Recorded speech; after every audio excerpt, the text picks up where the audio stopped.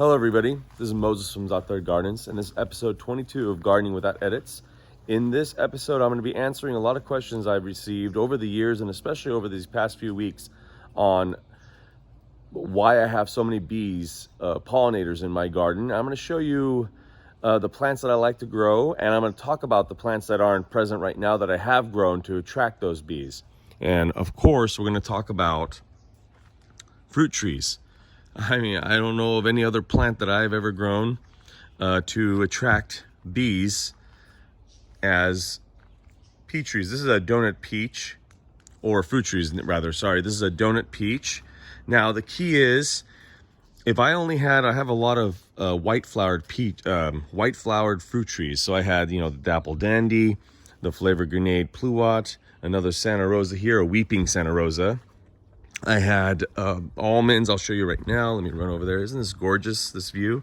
This is why I love gardening, what you're looking at right now. This is why I believe everybody should be gardening.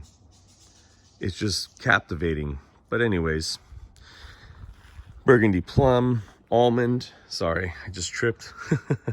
But no edits.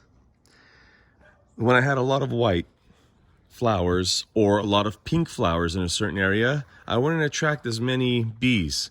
I had to mix them, and I noticed that I would have more bees present. So underneath here is cilantro. There's cilantro here. I plant cilantro 6 times a year, but there's a cilantro patch here. There's a new patch growing here, and the old patch is over there. You can see the flowers, the white flowers with the pink flowers, a mixture. They seem to like that. Oregano, thyme, those produce a lot of flowers, white flowers.